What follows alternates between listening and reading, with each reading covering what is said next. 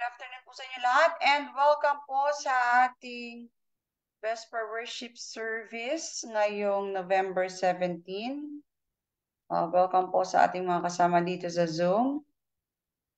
Ayan, Sister Trisha, sino ba ang ating manghuna sa hapong ito? Ikaw ba?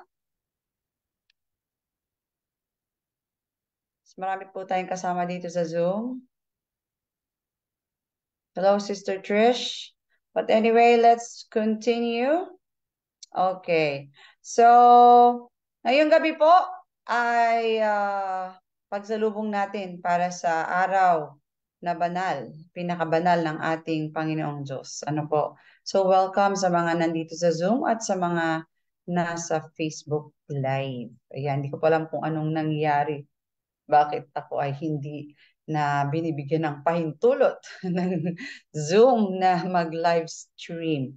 Anyway, tayo po ay sama-samang umawit ng papuri sa ating Diyos Ama at sa ating Panginoong Hesus ngayong araw ng Sabat.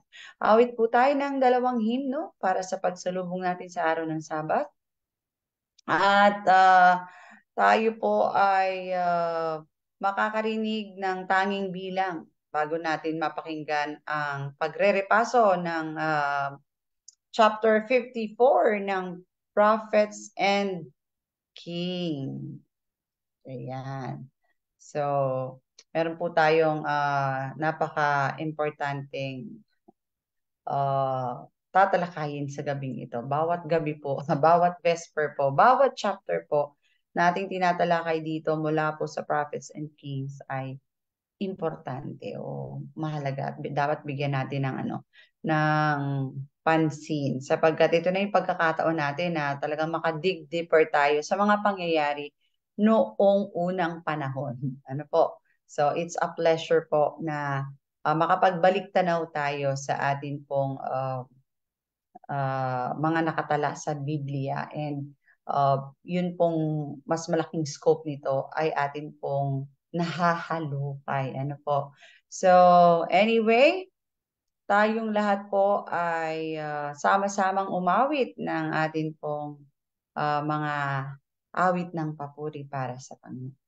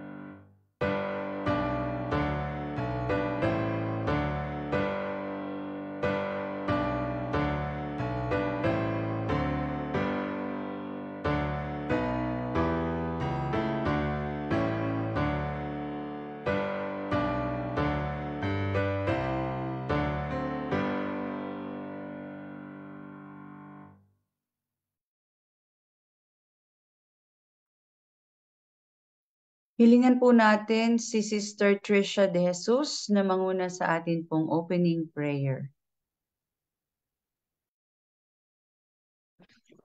Tayo po ay manalangin.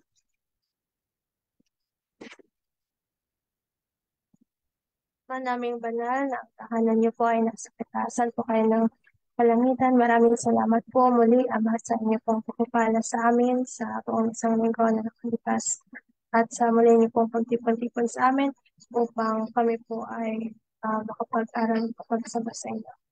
At hinihiling po namin ang inyong banal na presensya, nawa pangalahan niyo po ang aming aaral at nawa tulungan niyo po ang tagapagsalita na maihatid niyo po ng maayos at ayon po sa inyong banal kalooban ang mga mensahe at nawa tulungan kami na matanggap ito at maunawaan ng lubusan upang kami po ay magamit ninyo bilang kami po ay um, co-laborers niyo po dito sa lupa at magsilbing pagpapala po sa mga tao sa paligid namin. Salamat po, Ama, sa pagkinig at hingilin po namin ang kapatawaran sa mga pagkukulang at pagkakasala namin sa banal na pangalan po ng aming Panginoon Jesus. Amen. Bago po natin ibigay ang ating pong virtual pulpit sa ating pong presenter sa gabing ito, ay pakinggan po natin ang tinig ni Sister Cherry May Leros.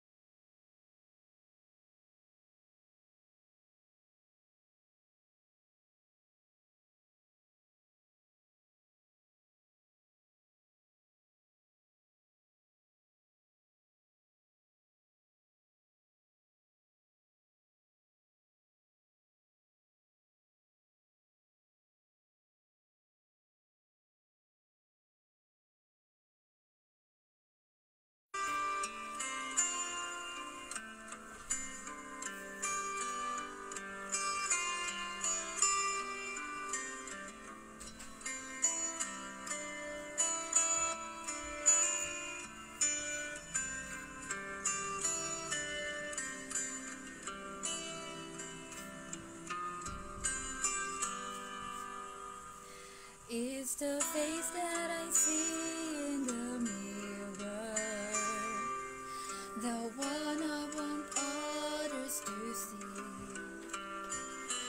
Do I show in the way that I walk in my life the love that you've given to me?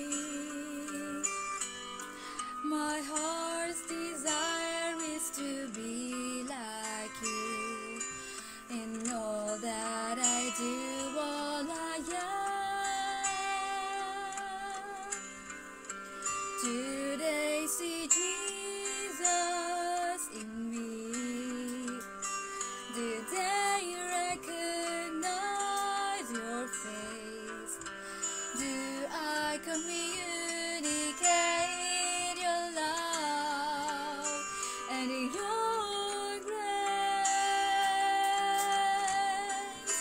Do I reflect who you are in the way I choose to be? Do they see Jesus, Jesus in me?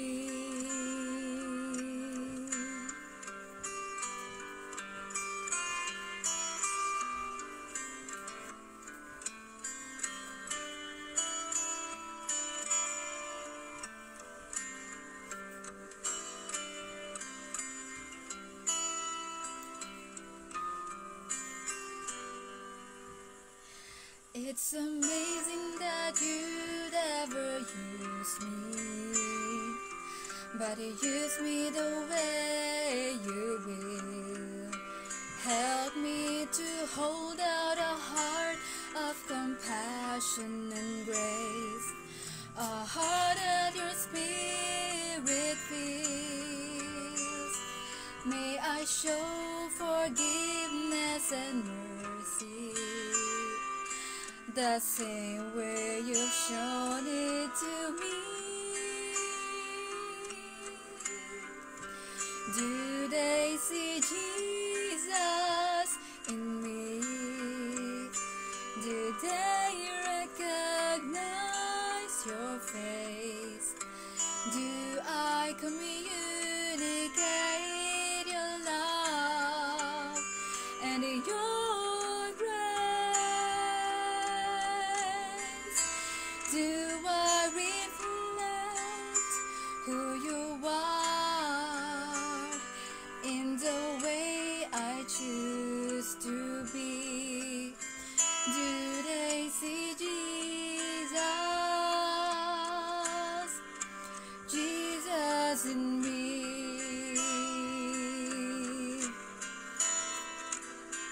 Well, I want to show all the world who you are, the reason I live and breathe.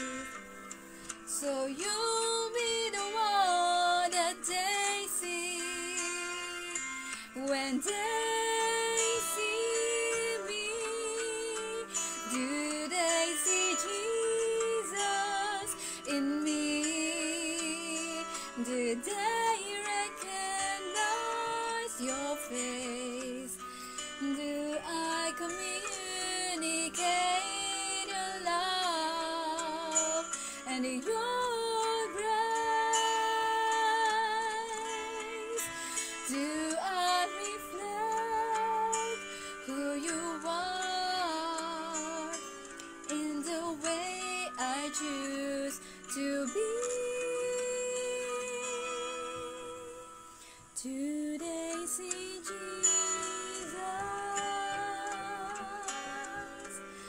Jesus.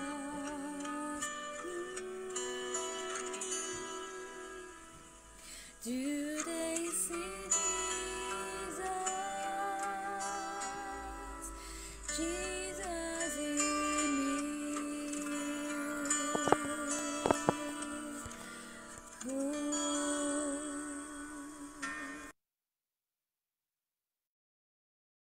Wait lang.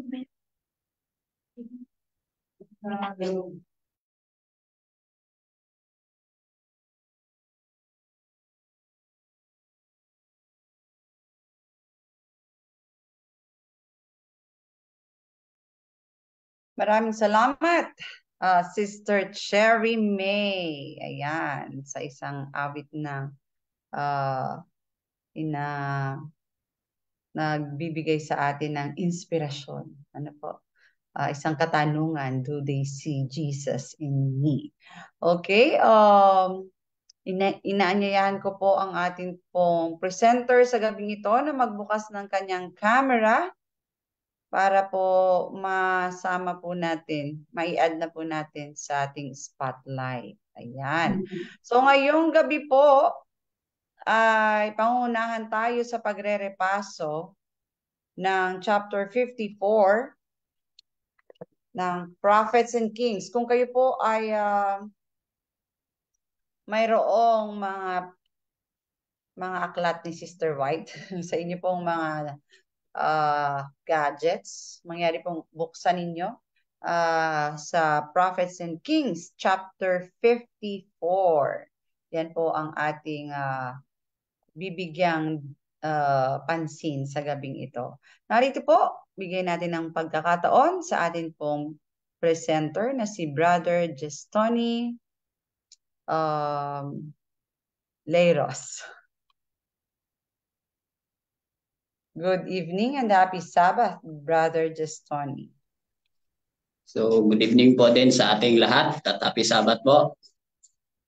Narinig niyo po ba ako? Sige po.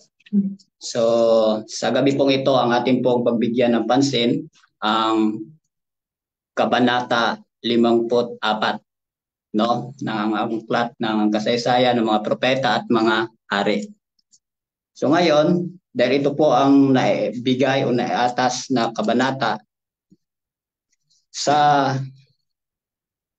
ang pamagat po dito sa kabanatang na ito, sa Tagalog ay sansala laban sa pangingikil.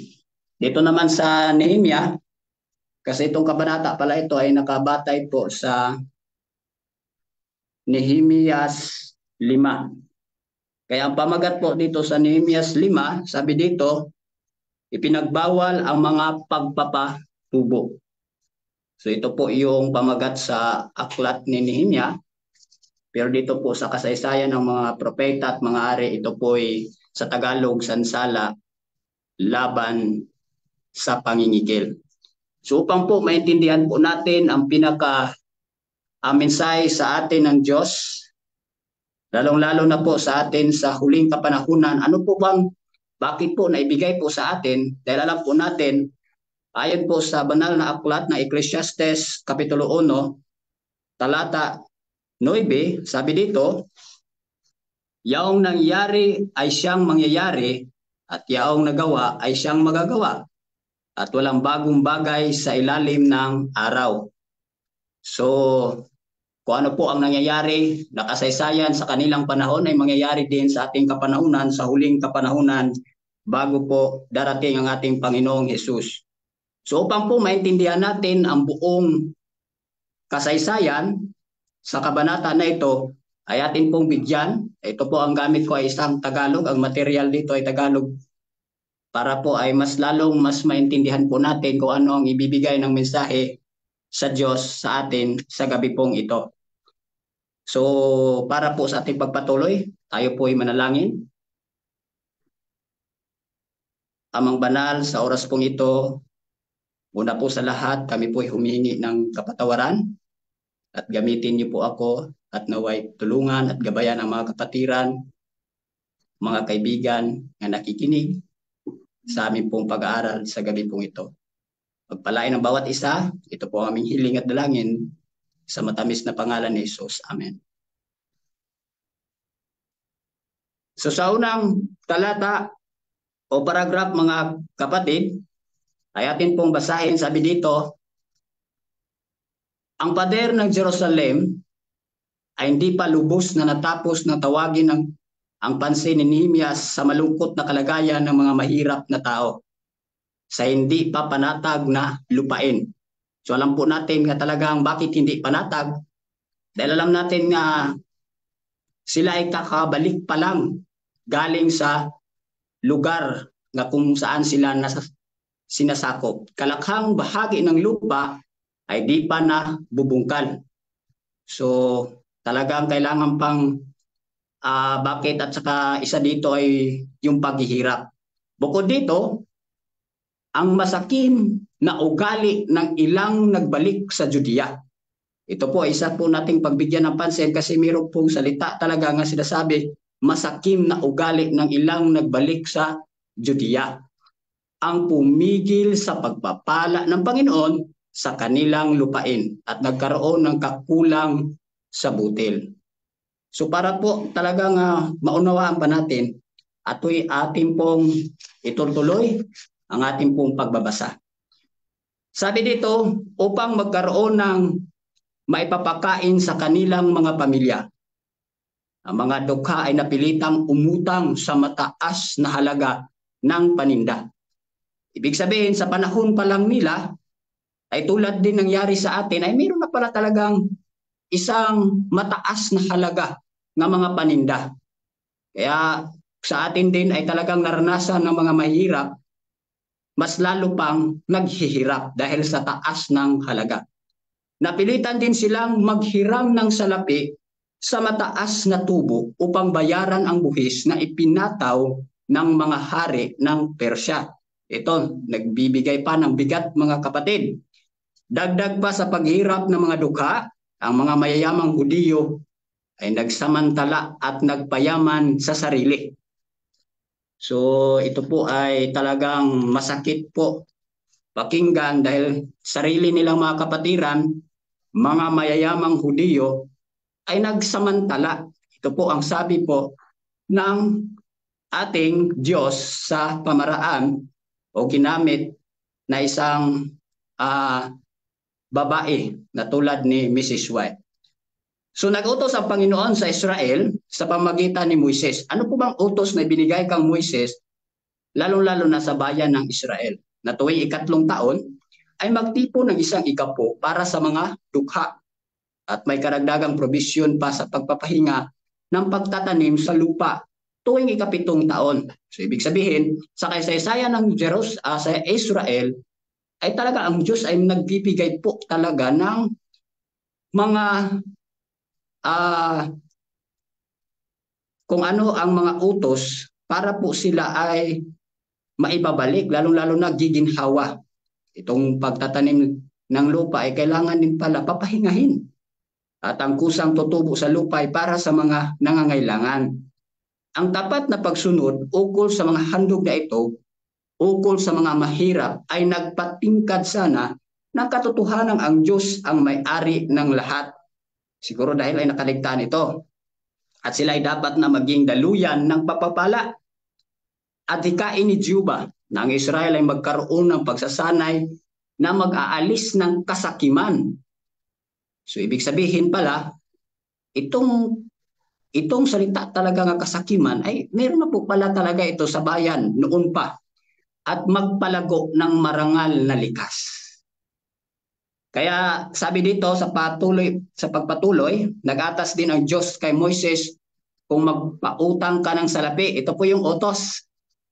Wala pong problema pala na mangutang tayo.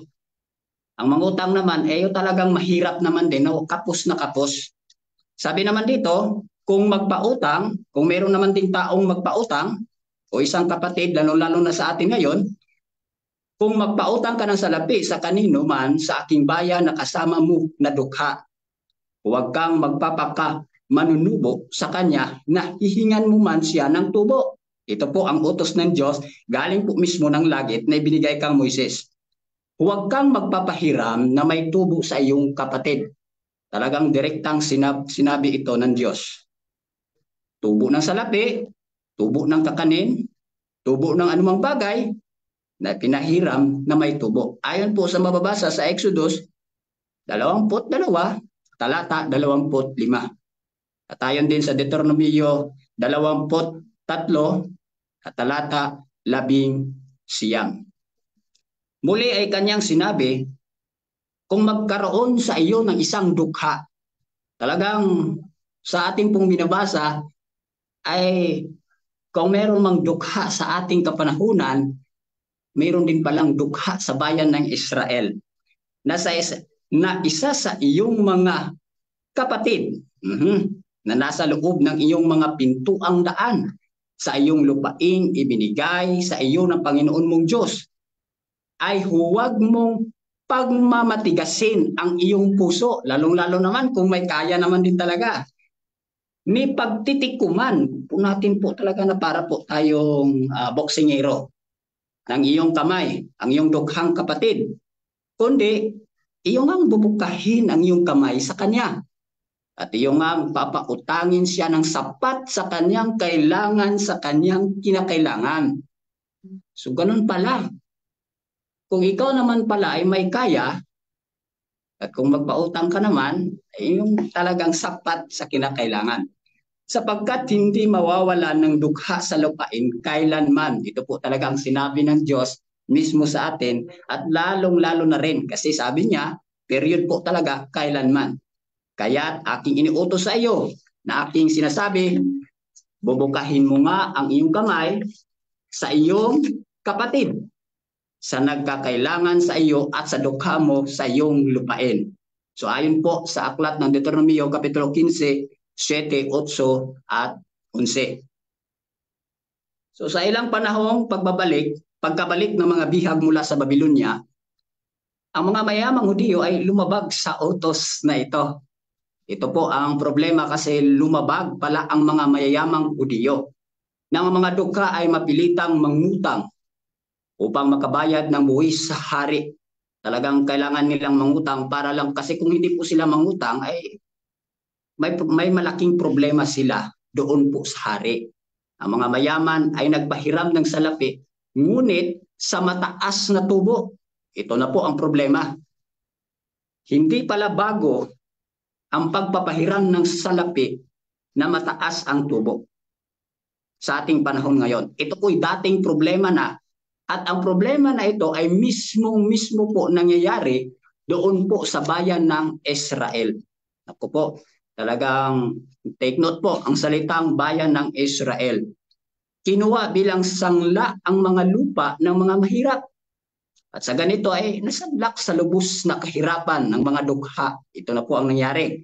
Marami ang napilitang ipagbili ang mga anak na lalaki o babae upang maging alipin. Parang walang pag-asang bumuti ang kanilang kalagayan.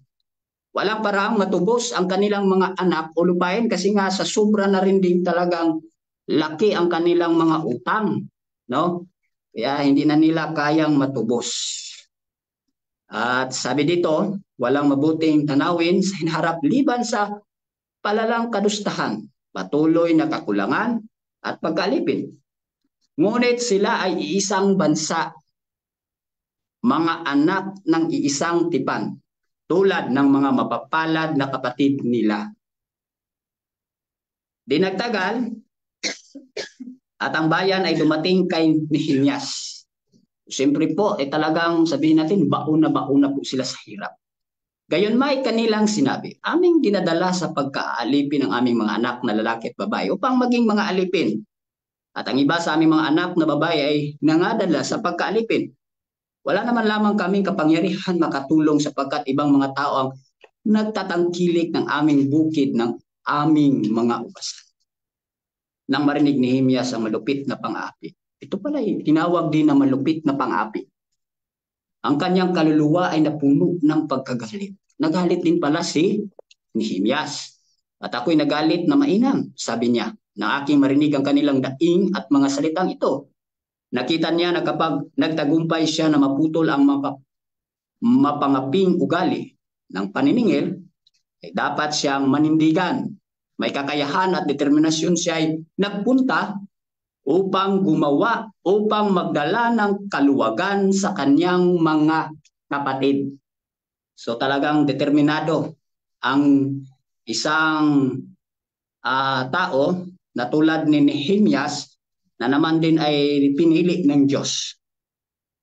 So ang katotohanan, ang mga mangingikil ay mga mayayaman at ang tangkilik nila ay kailangan, ay hindi maka-impluwensya kay Nehemias. Matalas na sinasansala niya ang mga marangal at pinuno. Ignot po. Sa bagay, sa antas ng buhay ni Nehemias ay talagang kaya po niya itong gawin. Pero pinapalalakanan din tayo ng Diyos na nitong huling kapanahunan na ang bayan ng Diyos din, ito pong tinatawag nga mga maliliit po nga mga reformador ay talaga pong ipakilala din at dapat malaman din ang mga pagkukulang o pagkakasala sa loob ng iglesia ngayon. Ano bang mga kakulangan ngayon o ano po ba ang mga utos ng Diyos? At alam ko po, nga itong pinag-aralan natin ay isa po ito sa nalabag ng bayan ng Diyos, lalo-lalo na po sa pag-uutang. So patuloy po, kasi ang itong karanasan din pala, ay hindi po ito bago din. Ito po ay nangyari na po din sa panahon ng hari ng Ahaz. So hindi ko na po ito babasahin itong mga paragraph na ito. Ang sabi naman po dito, kasi sa panahon ni Haring Ahaz pala mga kapatid ay talagang para lang po dahil siya ay nalulung. Dahil na rin sa kanyang adultery ay nagdala sa kamay ng mga kapatid na Israel na lalong mapagsamba sa mga Diyos. Ang iba nito ay nagpahayag ng galit sa Juda sa pagpaslang ng libo at paghuli sa kababaihan at mga bata upang gawing mga alipin o ipagbili sa pagkaalipin ng mga pagano. At sa pagkakaalam ko din po, alam ko po ay napag-aralan na din natin ang Patriarchs and Prophets, kung hindi po ako nagkakamali, ay sa panahon pa lang, sa mga previous pala, sa Prophets and Kings, sa panahon pa lang ni Solomon ay talagang grabe din ang ginawa ng Haring Solomon na grabe yung paggawa niya ng pagbubuwis.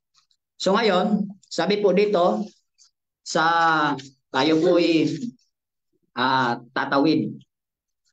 Ito po ang sabi dito, tinubos ni Nehemias at mga kasama kasama ang ilan sa mga Hudiyo na naipagbili sa mga pagano. Ibig sabihin, hindi lang si Nehemias ang nagtubos. Harin ay ating pong pasalamatan nga mayroon din palang mga mayayaman noon na tulad ni Nehemias nga tumubos sa mga naipagbili.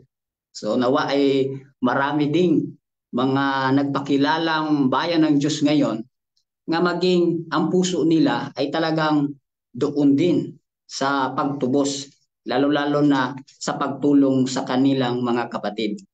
At ginawa niya itong halimbawa para sa mga nagsasamantala upang yumaman sa pang-aalipin sa kanilang mga kapatid. Ang bagay na iyong ginawa ay hindi mabuti. Sinabi niya, hindi ba kayo marapat magsilakad sa takot sa ating Diyos dahil sa pagbusta ng mga bansa sa ating mga kaway? Ito na po yung pagbibigay na talaga namang pinuntahan ni Nehemias ang kanyang mga kapatid din ng mga mayayaman. So ito na po. Ano po ba ang nangyayari nung sila ay nagharapan na talaga? Sabi dito, ipinakita ni Nehemias na siya bilang sugo ng hari ng Persia. Ito po. At taglay ang otoridad ay maaari ding magpataw. Opo naman, talagang pwede. Sa kanila ng mga buwis para sa personal na pakinabang. Pwede gawin yan ni Nehemias. Ngunit sa halip nito ay hindi niya kinuha sa kanila ang marapat na kanya. Pwede sana siyang kumuha para sa kanya. At nagkaloob pang malaya para sa mga dukha. Sabi dito, sa kanilang mga pangangailangan. Hinamon niya ang mga pinuno sa Juda na nagkasala ng pangingikil, na tumigil na sa masamang gawa. Ay talagang direkta po ang salita na ibinigay ng Diyos, ay binigay ni Nehemia, na ito pala ay masamang gawa. Talagang ang salita dito ay masama po talaga. Na ibalik ang mga lupain sa mga dukha. Tanong ko ngayon ay kaya ito sa mga nagpapakilalang bayan ng Diyos na kung sakali man na ibinta ng mahirap na kapatid ang kanilang lupa sa kanila ay maibalik kaya, mangyayari kaya. Pero meron naman din tayong mababasa na talagang meron naman din pagbabago din sa iba. Sabi dito, hindi lahat. Kaya tumigil na sa masamang gawa. Naibalik ang mga lupain sa mga dukha. Naibalik din ang salaping ipinataw sa kanila. So mangyayari po din kung ano ang nangyayari sa panahon ni Zakeo. At magpahiram na walang tubo o prinda. Ito pala yung parang inulit ni Nehemia kung ano ang utos ng Diyos. Ang good news po, ang magandang balita, kasi sa panawagan po ni Nehemias na sinasansala po sila, ay meron po talagang malaking pagbabago. Harinawa ay dalangin din natin na sana ay hindi man lahat, meron ding magbabago. At ito po ang nangyari po noong sila ay nagharap-harapan. Ang mga salitang ito ay sinalita sa harapan ng buong kapulungan. Kung ninais ng mga pinuno na ipagtanggol ang sarili, pwedeng ipagtanggol nila. Ay magagawa sana nila, pero hindi nila ginawa. Anong ginawa po nila mga kapatid? Ngunit, hindi sila nagmatuwid sa sarili. Ito po yung napakaganda, no? Napakinggan po sa kasaysayan na ito sa panahon ni Nehemia. Aming isasauli, sabi po ng mga Hudiyong mayayaman. Kanilang ipinahayag at wala kaming hilingin sa kanila. Kayo namin gagawin gaya ng iyong sinasabi. Nang magkagayoy, tinawag ni Nehemias ang mga saserdote at pinanumpa sila na sila ay magsisigawa ng ayon sa pangakong ito. Kailangan din talagang mangako. At ang buong kapisahan ay nagsabi, siya nawa at pumuri sa Panginoon at ginawa ng bayan ayon sa pangakong ito. So talagang may tunay na pagbabago, pagre-reforma. Kaya kailangan din talaga mayroong magpapaalala, mayroong ding magbibigay ng mensahe sa mga nakalimot o kaya hindi rin nakakaalam. At harinawa mga kapatid, tayo yung maging Nehemia sa ating kapanahunan ngayon. Hingin po natin yung espiritu nga mayroon si Nehemia. Patuloy po tayo. Ang talang ito ay nagtuturo ng mahalagang leksyon. Ano kaya yung mahalagang leksyon? Tayo po ay malapit na pong matatapos sa ating pong pag-aaral sa gabi pong ito. Sabi dito, ang pag-ibig sa salapi ay ugat ng lahat ng kasamaan. Take note po sa salitang Tagalog. Ang pag-ibig sa salapi ay ugat ng lahat ng kasamaan. Ang salita po kasi dito, umibig ka na sa salapi. Ayon po sa mabasa sa unang Timoteo, Kapitulo 6, talata 10. Sa henerasyong ito, ng pagnanais ng pakinabang, ang sumisipsip sa damdamin. Ang kayamanan ay kinukuha sa pandaraya. Malaking karamihan ang nagdako. Napipilitang gumawang parang alipin para sa kakarampot na sahod na halos sa mga simpleng pangangailangan ay di masapatan. Tingnan po itong mga statement pong ginamit o sinulat ng ating propeta na galing din ng banal na espiritu. Para yumaman ang mga tao ngayon, ay gagawin nila ang pandaraya. Ito po talaga ay nangyayari sa ating kapanahunan ngayon. Paggawa at kakulangan na walang pag-asang bumuti ay nagpapabigat ng pasan nila. At ganun din ang nangyari sa ating kapanahunan ngayon. Pagod na sa pasanin at pinahirapan pa. Wala silang mas suungan. At ang lahat na ito ay upang masunod ng mga mayaman ang kanilang nasang magkamkam upang tugunan ang luho at karangyaan. Grabe po. Talagang sa atin ngayon ay talagang sa ating pangalang kapanahunan ay talagang nasasaktan din tayo kasi yung mga nangunguna nga lang, example lang po, halimbawa po sa mga hindi po natin pwedeng pag-uusapan din natin yung mga namumuno sa atin dito po sa bansa natin ay talagang meron din po talagang naibalita na dahil po gusto nilang yumaman ay gumagawa po sila ng kalukuhan. At ang iba naman ay talagang mas lalong naghihirap ang mga mahihirap. So talagang nangyayari na po nito pong huling kapanahonan. Kaya sabi dito, ang pag-ibig sa salapi at kapalaluan ang nagatid sa mundong ito upang maging lungga ng mga mangungulimbat at mga magnanakaw. Grabe po, no? At alam talagang dahil ito po talaga ang nangyayari din sa ating kaarawan. Inilalarawan ng kasulatan ang kasakiman at presyong makapangyayari sa mundo bago ang ikalawang pagparito ni Kristo. Magsipatanto kayo. Kayong mayayaman. Isinulat ni Santiago. Kayo'y nagtipon ng inyong mga kayamanan sa mga huling araw. Narito, ang kaupahan ng mga manggagawa na nagsianay sa inyong mga bukid na inari ninyo sa pamamagitan ng daya ay humihibik. At ang mga hibik ng mga nagsiani ay nagsipasok sa mga pakinig ng Panginoon ng mga hukbo. Kayo'y nangabuhay ng tamasa sa ibabaw ng lupa at nangagalak. Inyong pinataba ang inyong mga puso sa araw ng patayan. Ito lang problema. Yumaman ka nga, dumami nga yung mga property mo, marami kang ang sasakyan, marami nga yung bahay mo, o kaya sa lapi mo, o baka mayroon ka pa dyang mga maraming mga gold na nakatago, pero sabi naman dito ay pinataba lang ang iyong puso sa araw ng patayan. Inyong hinatulan at inyong pinatay ang matuwid. At hindi niya kayo nilalabanan. Ito po yung nangyayari, talagang propesiya pa. Nga sinulat po sa aklat ng Santiago 5.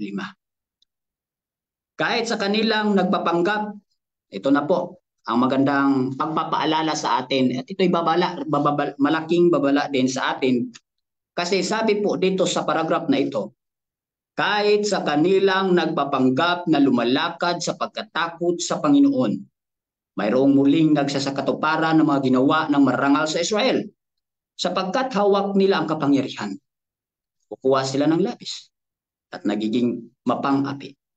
At sapagkat kasakiman at katusuhan ang nakikita sa buhay kahit na sa mga tumatawag sa pangalan ni Kristo, sapagkat nanatili pa rin sa mga aklat ng iglesia ang mga pangalan ng kamaling ng kayamanan dahilan sa pangmamalabis. Ang reliyon ni Kristo ay nalalagay sa kahiyan. Ibig sabihin, kung tayo din ay nagpapakilala na tagasunod ni Kristo nitong huling kapanahunan, tapos nagawa din natin itong mga bagay na ito, eh talagang sabi dito ay nakakalungkot man bigkasin, pero ito po ang sabi mga kapatid, nalalagay sa kahihiyan. Yun po ang sabi. luho, pagmamalabis, pangingikil, ay nagpapasama ng pananampalataya ng marami at nagwawasak ng espiritualidad. Totoo po, tunay yan. Kasi po, kung mangyayari po talaga nga ang tao, ang gusto lang niya ay yumaman. Sabi pa nga sa kaganina, iniibig na yung salapi. Ay talagang minsan, bakit nawasak yung espiritualidad, sa kakabisi po ay nakalimutan na po unahin ang Panginoon. Minsan nakaligtaan na po natin, nawala na po tayong minsan sa pagsasamba sa gabi at umaga. Yung tinatawag nating worship sa gabi at umaga, dahil kahit pwede na nating ibigay sa Diyos, sa time na yan, hindi pa po natin nagawa dahil po nabisi pa po tayo sa mga bagay sa mundo pong ito. Para po lang sa pag-aasinso. So wala pong problema sa pag-asinso. Kung ito naman ay nakalakad ka at inuuna mo talaga ang mga bagay nga nandun sa langit. Ayon po sa Colossians Kapitulo 3, talata 1. So ang iglesia na rin sa malaking bahagi ay may kapanagutan sa kasalanan ng kanyang mga kaanib. Kinakonsideran niya ang kasamaan kung hindi siya nagtataas ng tinig laban dito. So may tatlong panghuling paragraph po mga kapatid at tayo'y matatapos na at ano pa ang mga ibibigay ng Diyos sa ating mensahe bago po matapos ang ating pinag-aralang kabanatang ito. Sabi dito, ang mga ugali ng sanlibutan ay hindi panuntunan ng Kristiyano. Hindi niya ito dapat tularan. Dapat hindi po daw natin tularan. Ang mga pagmamalabis, pangingikil nito. Bawat walang katarungang kilos laban sa kapatid ay paglabag sa ginintuang batas. Bawat masamang gawa sa mga anak ng Diyos ay kay Kristo na rin ginawa sa katauhan ng kanyang mga banal. Bawat pagsisikap na pagsamantalahan ang kawalang kaalaman, kahinaan o kakulangang palad ng sinuman ay tinatala sa aklat sa langit bilang pandaraya. Siya na tunay na natatakot sa Diyos ay pipiliin pang gumagawa gabi at araw. At kanin ang tinapay ng kahirapan kaysa magpapasasa sa pakinabang na nagpahirap sa babaeng balo at ulila o sa taga-ibang lupa upang mag-iba ng daan. Pinakamaliit na paglisan sa katuwiran ay nagbubuwag ng hadlang at naghanda sa puso sa lalong malaking kawalang katarungan. At kung ang tao ay magsasamantala sa kapwa, tandaan po natin po ito mga kapatid, ang kaluluwa niya ay magiging manhid sa impluwensya ng Espiritu mismo ng Diyos. Talagang ang salita dito nga ginamit ay manhid. Kaya minsan pag nagmanhid na, kung may nakikita po tayong dukha o taong talagang kailangan kahit kapatiran, para bang wala ng puso. Ang isa pong tao na kahit siya ay napakasubra ng pera o yaman, ay talagang wala na po siya talagang tinatawag na puso na galing po talaga sa langit. Hindi na parang wala na po siyang awa. So mahirap po ng ganon. So ang pagkinabang na natamo sa ganitong paraan ay nakakatakot na kalugihan. Lugi po talaga, nakakatakot. Kaya sa huli pong paragraph, ito po ang ibibigay ng mensahe ng Diyos sa atin dito pong huling kapanahonan. Tayong lahat ay may pagkakautang sa katarungan ng Diyos. At wala tayong sukat na may babayad. Ito po ay katotohanan. Ang anak ng Diyos, ang ating Panginoong Hesus, na nahabag sa atin, amen po, ang nagbayad ng halaga ng ating katubusan. Siya ay naging dukha upang sa kanyang kadukhaan, tayo naman ay yumaman. Amen po. Sa pamamagitan ng mga gawa ng kagandahang loob at biyaya sa kanyang mga dukha, ay maaari nating patunayan ang kataimtiman ng ating pagtanaw ng utang na loob sa kahabagang na ipagkaloob sa atin. Magsasagawa tayo ng mabuti sa lahat. Ang tagubilin ni Apostol Pablo, nagaling din mismo sa Diyos, lalong-lalo na sa mga kasambayan sa pananampalataya. Galatia 6:10.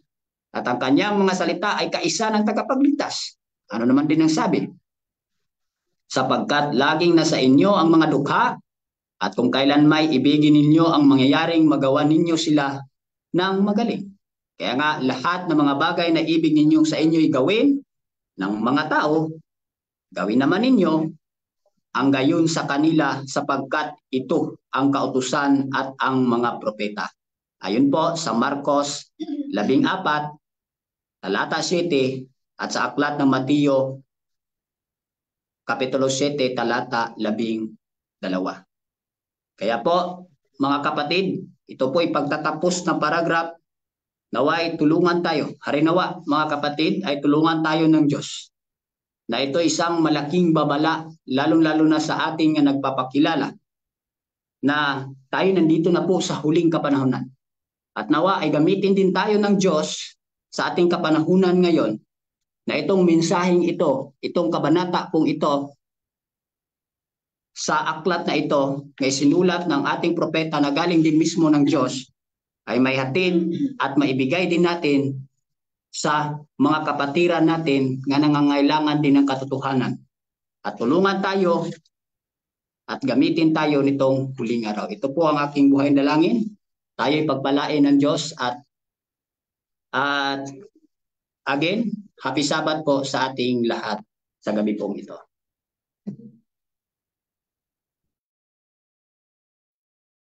Maraming salamat, Brother Gestoni.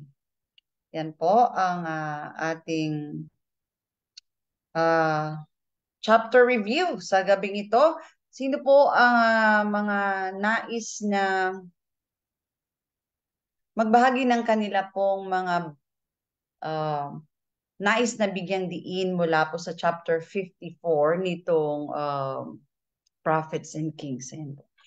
Yan po. Sa aking likuran. So, kasama po natin dito ang mga kapatid natin mula sa Puerto Princesa City, mula sa Pangasinan. Lamig po. Lamigin talaga ako. Si Sister Ernie nandito rin.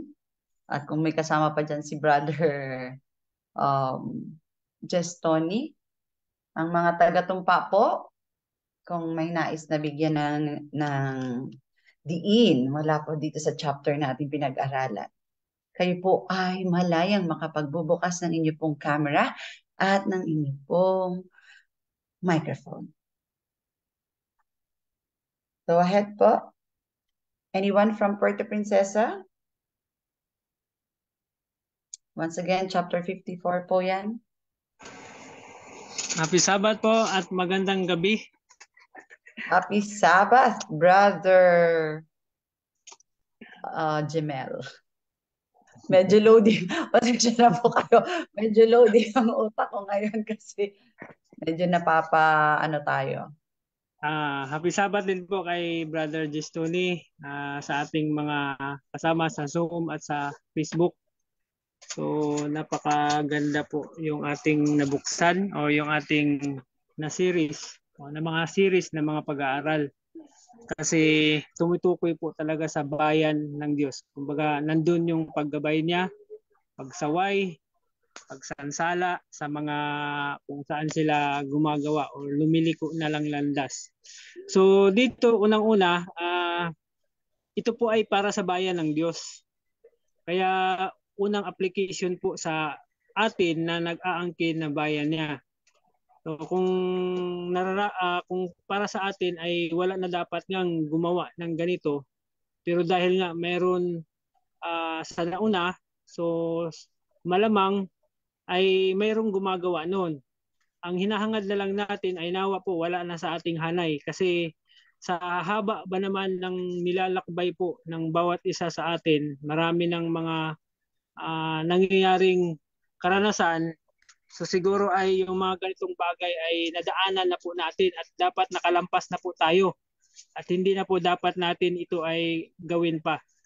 Ganun pa man, ang isa sa mga minsan nakaligtaan natin siguro sa mga may mga pinagpapala, kasi minsan pag pinagpapala tayo ay nawawala sa ating isipan yung kung anong purpose, bakit tayo pinagpala. Kasi di ba ang unang rason kung bakit tayo pinagpala ay para mayroon tayong maibigay or matulungan natin yung mga nasa kalagayan ng kahirapan. So sila ang unang rason kung bakit tayo pinagpapala. Kumbaga binibigyan tayo ng pagkakataon ng Panginoon na ma-exercise natin yung kabutihan na ipinagkaloob ng Diyos sa atin sa pamagitan ng pagkaloob niya rin sa atin ng mga pagpapala na yon. Kaya lang nakakalungkot kasi nga mas okay pa yatang tawagin silang magnanakaw kaysa ibibigay nila yung para sa Panginoon. Kasi yun naman ang yun naman ang sinabi niya sa kasulatan. Hindi nila naintindihan yung yung pangako niya na pag tayo ay nagtapat sa Panginoon ay ipagkakaloob niya yung mga pangako na yon na hindi malalagasan ang iyong mga pananim o kung ikaw may negosyo, ikaw may nagtatrabaho, so walang anumang bagay na mababawas doon sa iyong negosyo bilang kawalan dahil sa hindi mo pagtatapat. So kung atin po yan masunod, sabi nga doon, yung gawain ng Diyos ay hindi po mahihirapan. Hindi po siya sabing laging naghihikaos o parang lagi tayong nagmamakaawa kung sino yung meron at sino yung para lang masuportahan. Ang nakakalungkot din naman dahil yung iba dahil meron ngang pang-supply sa sarili nila, so mas ginugusto nilang magkaroon ng sariling wala naman po problema kung magkaroon tayo ng personal ministry. Pero kung halimbawa nga po na meron tayong pangkahalahatang activities, is mataas po yun na ibig sabihin, mas malaking hakbangin po yun ng grupo. Kumbaga dapat po ay magkaroon din po dapat tayo ng suporta. So kung hindi man doon sa means, ibig sabihin sa lahat po ng napag-usapan ng grupo ay dapat po suportahan natin kung ano yung ating dapat magawa kaysa yung parang tinitingnan lang natin o binabantayan lang natin kung ano yung mangyayari doon sa mga gumagawa sa grupo. So hindi po ganoon ang nais ng Diyos, kasi kung tayo po ay katawan ni Kristo o mga bahagi ng katawan ni Kristo, saan man yung bahagi na mahina, saan man yung kailangan ng tulong, dapat yung ay tulungan. At yung mga bagay, mga parte naman na sabi nga doon ay nagdadala ng anumang bagay na hindi nakakabuti sa katawan, yun yung dapat pukusan para hindi maapektuhan ang katawan. So sana po yan ay maabot natin na habang patuloy po tayong naghahangad na mapalapit sa Panginoon. Kasi hanggat hindi natin maintindihan yung hangarin ng Diyos, yung panalangin ng Panginoon na maisa ang kanyang bayan, ay hindi rin po talaga papasok sa ating isip na mangyaring makikiisa sa anumang gawain na dapat po pagkakasunduan ng mga mananampalataya. So sana po ay yung mga bagay na ito ay bilang bayan ng Diyos ay naglalagay sa atin ng higit na paalala sa bawat isa sa atin. Anuman yung mga pinagkatiwala sa atin, so yun po yung ating sikapin na magawa.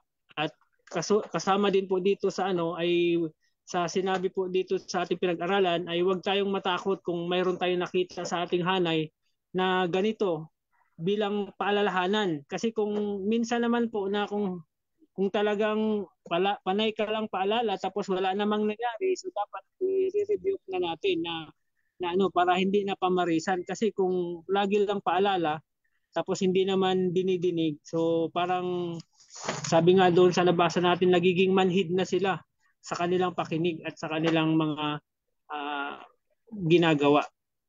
Kasi naniniwala po ako na yung mga nakasama po natin sa ating samahan ngayon ay alam ko po na may mga kanya-kanya pong leading ang Panginoon kung paano po tayo binangon at hanggang sa maabot natin yung ganitong katayuan. Kaya hindi po ako naniniwala na more on pa rin tayo, yung katulad ng dati na kunting ganito ay parang hindi natin matanggap. Dapat po magiging malawak na at magiging baga sa mahaba na yung ating tawag doon, yung ating pag-unawa sa isa't isa, kasi nga dapat doon nadidevelop na tayo, kasi sabi nga doon kung ang tanim ay matagal ng nakatanim, dapat patungo na siya sa paglago at saka hanggang sa pagbunga. Hindi po dapat tayo manatili lang dahil sa dumami lang yung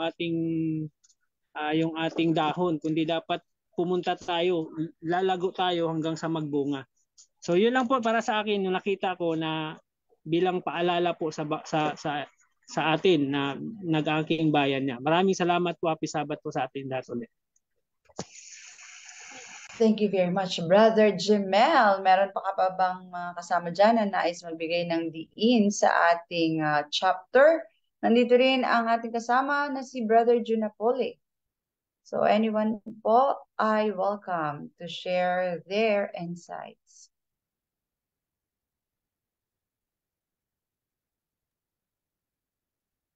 Magandang gabi mga kapatid. Good evening. Happy Sabat. Dito lang ako mag-stress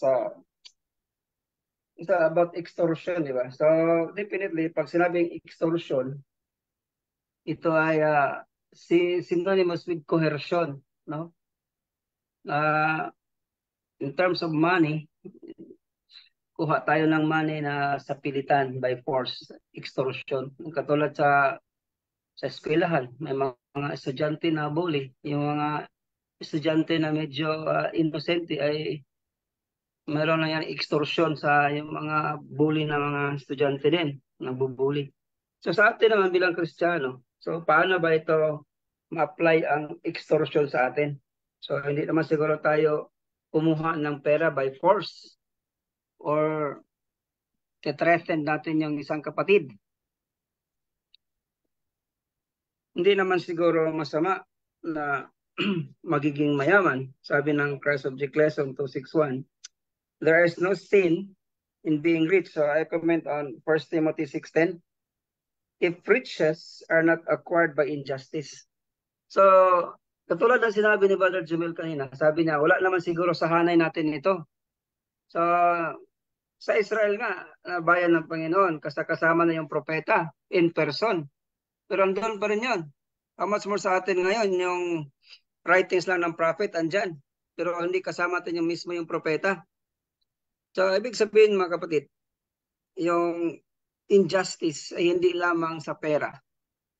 Kundi injustice ay ma-equate din natin doon sa time. Kasi tatlong bagay yun eh. Paano tayo naging injustice?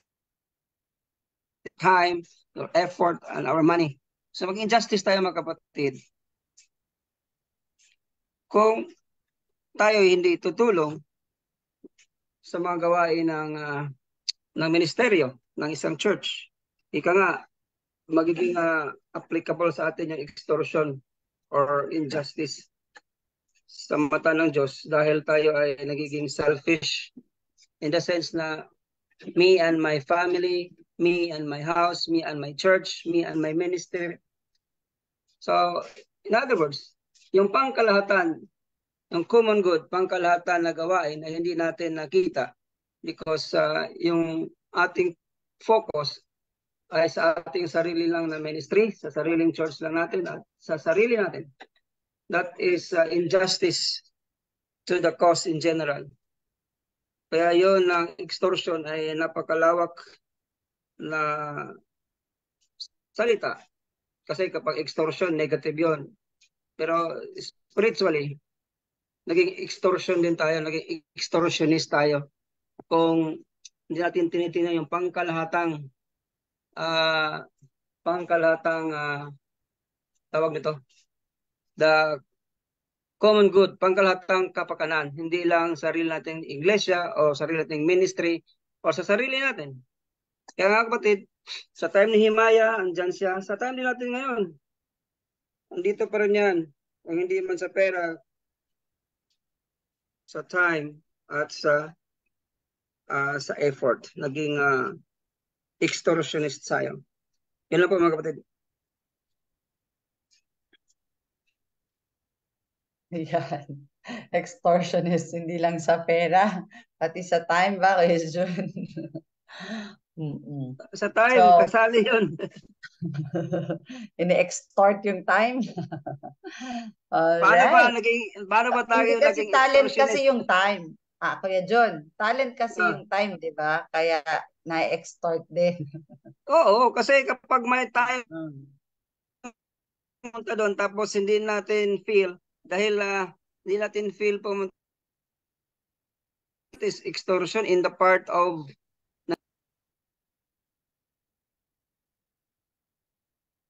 so hindi Napuputol. feelings. Hindi feelings dyan, Sister Nori.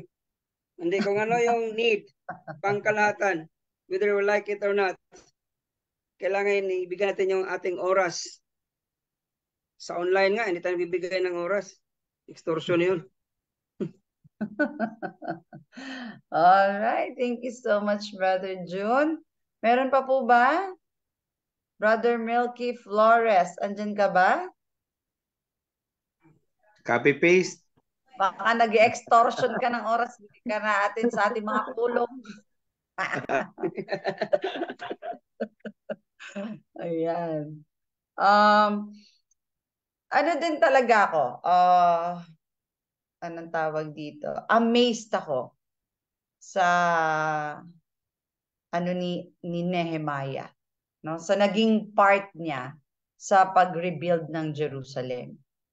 Alam mo yun, yung very siya yung isa sa mga propeta na anong tawag doon? Yung flexible, yun. Flexible, versatile, 'di ba? Napaka-versatile niya eh. Alam mo yun, multi-talented si Nehemiah. So, marami siyang mga skills. And yung ano niya rin, yung lakas ng loob. Alam mo yun? Na gawin, sabihin kung ano ang dapat sabihin, gawin ang dapat gawin, mag-organize. Alam mo yun, yung leadership niya, tapos yung strength niya, yung courage niya, yung bravery niya. Napaka noteworthy. Sana all ay ganon, di ba? May ganong talento, mga talento. Ayan. So, since extortion ang pinaka main na usapin sa chapter na ito ito yung hinarap niya ng walang takot. Sinabi niya dun sa mga wealthy and malalakas ang influence sa Israel. Lalo yung mga, kasi sa Judah, di ba? Men of Judah. Hindi siya natakot. Nasabihan sila. Sharply, ang pag-rebuke. Sharply. So, there are times na you will be called to rebuke sharply. Kasi yun yung kailangan. Sa atin kasi minsan pagka na-rebuke tayo sharply, babalikan natin yung nang-rebuke ng sharply na hindi Christ-like. Hindi natin napapansin na ang tagal-tagal na ng panahon na ulit-ulit tayong sinasabihan pero matigas pa din yung puso natin.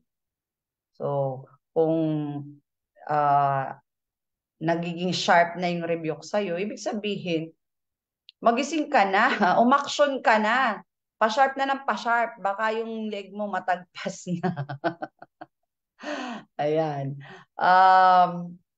Dito ko nakita sa chapter na ito yung bakit may mahirap? Bakit may mayaman?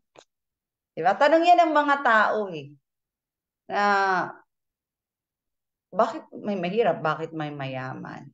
It is to compensate each other. And itong nakita ko dito yung kung mapapansin nyo sa page 646, paragraph 3. Ito yung reason niya. It was Jehovah's purpose that the Israelites should have a training that would eradicate selfishness and develop breadth and nobility of character. Diba? Kasi mas mahirap para sa mga nakakaangat sa buhay, sa mga maalwan ang buhay, na ma-develop yung characteristic ng unselfishness, pagiging sympathetic, pagiging generous, 'di ba? Mas mahirap sa kanila. Kaya binibigyan sila ng pagkakataon na magkaroon sila ng mga kapatid na mas nasa abang kalagayan para ma-develop yung character nila ng pagiging matulungin, pagiging unselfish, yung pagtanggi sa sarili, 'di ba? Yan. So, actually, kung sinunod talaga nila yung yung Jewish economy kasi designed yan ng Diyos kasi bayan niya yan eh. So, pati yung finances nila, dinisenyo yan ng Diyos. Talagang walang magiging mahirap. Sana, 'di ba? Walang magiging mahirap kung talagang obedient sila. Kaso nga nag-disobey sila. So, mga talagang ganon ang buhay. Kaso lang, 'di ba nga, all things work together for good to them that love God. So, naghirap man, pero ando doon pa rin yung provision ng Diyos na eto may mga kapatid kayo na nakakaangat sa buhay at meron silang responsibility na tulungan kayo. Ganon. And sabi nga, di ba, doon sa famous na saying na do not give them fish but teach them how to fish. So, minsan kailangan na ang pagtulong natin ay yung pangmatagalan. Pero, minsan naman may mga tao naman na extreme. Doon lang sila sa pangmatagalan, immediate nga yung kailangan. Kasi siyempre may mga times na emergency, you are in need dahil may emergency need ka. Tapos, i-down ka palalo ng mga tao. Kasi ang ipipilit nila na itulong sa'yo ay yung pang long term. Yung kailangan mo, immediate need, ayaw ka nilang tulungan. So, may mga ganyan po. Yan ang mga realidad ng buhay natin. But then, ang pinakapunto ko dyan, ito pala yung reason, no? Ito yung layunin ng Diyos natin na pag napunta ka sa ganung kalagayan na ikaw yung maalwan tapos may lumapit sa iyo humingi ng tulong, ay maalis sa iyo yung selfishness. Yan. So, para sa mga may extra offering dyan, meron tayong dating kasamahan, Kuya Jun, na nasa ICU ngayon. Saktong-sakto yung ating pinag-aralan ngayon.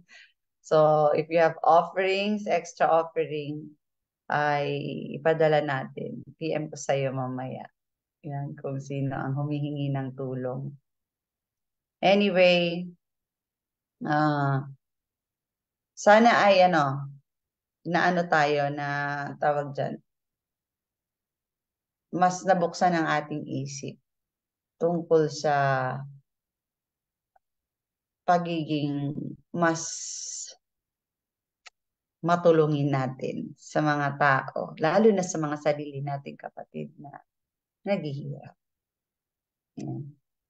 So, kapag naman mayroon kang pagkakataon na kumita, kayod-kayod din. Diba? Kayod-kayod din. Para hindi lang makatulong sa sarili mo, makatulong din sa iba. Yun. Tapos pagka naman daw nangutang, wag naman daw patungan ng matindi na lalong malulubog sa hirap yung kapatid mo. Yun. Dating kasama ni Kuya John, nila Kuya John, sabi niya, nanghiram na yun sa akin dati. Tapos pagkahirap, hindi naman hindi naman na daw nagparamdam. So minsan may mga tinutulungan tayong ganyan na tao. Ang term nila ay hiram, pero walang saulian. iwasan din natin yung ganon. Maging tapat tayo na pag sinabi mong hiram, ibig sabihin, bago ka magbukas ng bibig na humiram, siguraduhin mo na maibabalik mo, na may pambayad ka. Dahil kung wala, huwag kang magsasabi ng hiram. Sabi mo, kailangan ko ng tulong, pahingi. 'Di ba? So kasi ako natuto na din ako, syempre nakilala ko na din yung mga tao na lumalapit sa akin or sa amin. Kapag alam ko na itong taong ito na yung ugali niya. Hiram ang term niya sa hingi. So pag humiram siya, humiram siya ng halaga na hindi ko kaya na hindi niya ibalik. Pagka hindi niya binalik, sasama ang loob ko dahil kailangan ko yun. So, ginagawa ko na lang, bibigyan ko na lang siya ng bukal sa loob ko na kahit di niya ibalik, okay lang. Bigay ko na sa kanya yun. Pero kapag ako kasi din yung tao na masamain ang loob.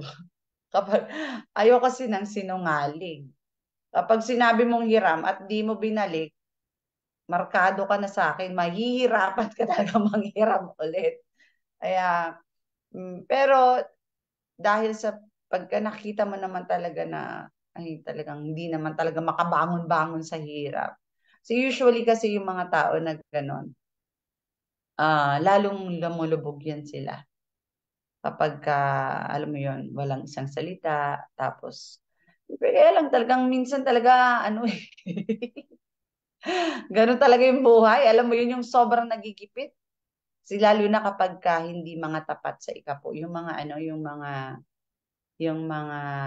mananampalataya na naliwanagan tungkol sa pag-iikapo. Nako, ang hirap niyan makabangon sa kahirapan kapag kaganyan. Napansin ko lang ha. Napansin ko lang. Ito yun yung para sa mga mananampalataya na naliwanagan na. Hindi ko sinasabi yung kasi yung mga ibang tao naman na hindi mananampalataya, di ba? Nagpa-prosper sila. Hindi mo sila nagbibigay ng ikapo tsaka ng tithe. Pero sa mga mananampalataya na hindi nagbibigay ng ikapo at ng handog sa Panginoon, nirarab nila ang Panginoon sa handog at ikapo, lalo silang naging mahirap. Yan. So, di bali nang wag yumaman, tama-tama lang. At least hindi ka nangungutang. Di ba? Yan. So, yan po mga kapatid, sana ay nagdulot sa atin ng liwanag, maraming liwanag mula po sa chapter na ito. Sa mga hindi po nakaabot o nakaabot ng bahagya sa ating pagrerepaso ay mangyari pong basahin nyo ang chapter 54 ng Prophets and Kings. So, meron pa po ba na magbibigay ng insight?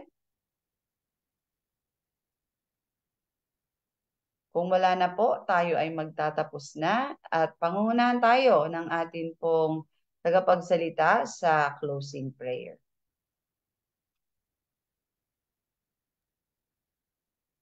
Dalangin na po. Hindi po, maaawit muna po tayo. Sige po.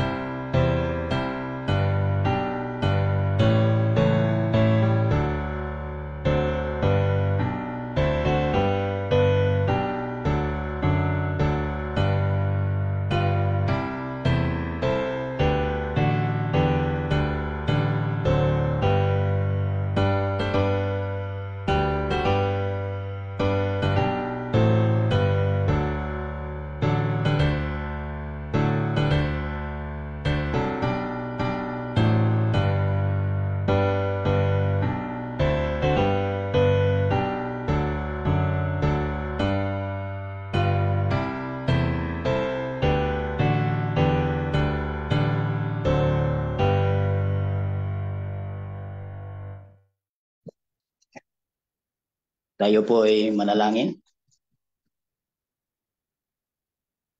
Mapagmahal naming Diyos, sa oras pong ito, kami po ay buong nagpapasalamat sa lahat na binigay sa amin, lalo-lalo na po sa katotohanan na naway tulungan ng bawat isa na alam po namin na kami ay sa amin pong pagiging makasalanan. Salamat po sa pagpaalala, pagbibigay ng warning, babala sa amin na kami din mismo ay mag-iingat. At kung sakali man, ngayon ay gawa namin, minsan na may kasaysayan sa bayan ng Diyos, ang pagpapautang o kaya ang pagpapahiram. Talagang bawat isa, hindi man namin karanasan, pero tulungan niyo po ang bawat isa na sana ay hingiin namin ang tulong ng galing ng langit, ang biyaya. Nagabayan kami sa aming mga puso, sa aming pong mga damdamin. Tulungan ang bawat isa ng mga kapatiran, lalong-lalo na sa amin na nagpakilala. Na sana gamitin niyo po kami na magbibigay din ng mensahe sa aming ibang mga kapatiran. Patawad po sa lahat ng mga pagkukulang o pagkakasala. Salamat po sa araw ng Sabat na ito. Ito po aming pinapasalamatan at inhiling sa matamis na pangalan ni Jesus na may tagapagligtas. Amen.